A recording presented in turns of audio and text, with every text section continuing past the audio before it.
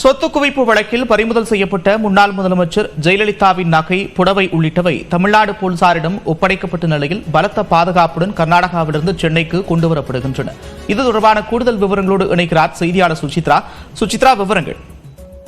சொத்து குவிப்பு வழக்கில் முடக்கப்பட்ட மறைந்த முன்னாள் முதல்வர் ஜெயலலிதாவுடைய தங்க, வைர நகைகள் மற்றும் புடவைகள் உள்ளிட்ட அனைத்து உடைமைகளும் தற்பொழுது கர்நாடகாவின் சார்பாக தமிழ்நாடு காவல்துறையிடம் ஒப்படைக்கப்பட்டுள்ளது. உயர்நீதிமன்றத்தினுடைய உத்தரவினை ஏற்று அதிகாரப்பூர்வமாக பெங்களூருவில் உள்ள கர்நாடகா சட்டப்பேரவையில் வைக்கப்பட்டிருந்த அந்த உடைமைகள் அனைத்துமே தற்பொழுது தமிழ்நாடு காவல்துறையிடம் ஒப்படைக்கப்பட்டு அங்கிருந்து வாகனம் மூலமாக அது சென்னைக்கு எடுத்து கொண்டு வரப்படுவது குறிப்பிடத்தக்கது.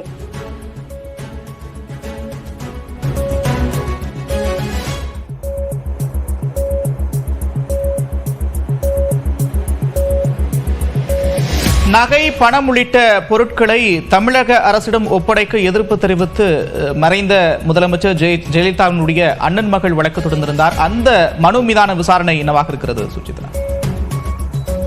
உச்சநீதிமன்றத்தில் இன்று தீபா திறந்த மனு என்பது விசாரணைக்கு வந்த பொழுது நீதிபதி நாகரத்னா தலைமையிலான அமர்வுதான் அந்த ஒரு மனு என்பது விசாரணைக்கு எடுத்துக் கொள்ளப்பட்டது. மிக முக்கியமாக தீபா தரப்பில் ஆஜரான வழக்கறிஞர் அண்ணன் மகள் என்பதால் தன்னுடைய அத்தையினுடைய அனைத்து உடைமைகளும் தனக்குத்தான் சொந்தம், அவர் உயிருடன் இல்லாத பொழுது தான் வாரிசு என்ற ஒரு கருத்தையும் அவர் முன்வைத்த வாதங்களை அவர் தரப்பானது முன்வைத்தது.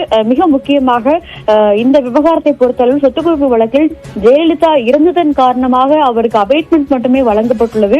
முழுமையான ஒரு விடுதலை என்பது அவருக்கு இந்த வழக்கிலிருந்தும் வழங்கப்படவில்லை.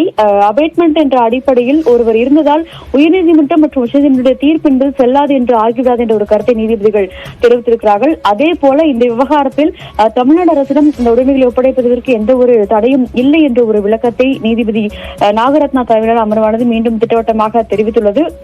அதன் அடிப்படையில் இந்த வழக்கு என்பது தள்ளுபடி செய்யப்பட்டது என்ற ஒரு உத்தரவையும் நீதிபதிகள் பிறப்பித்துள்ளனர்.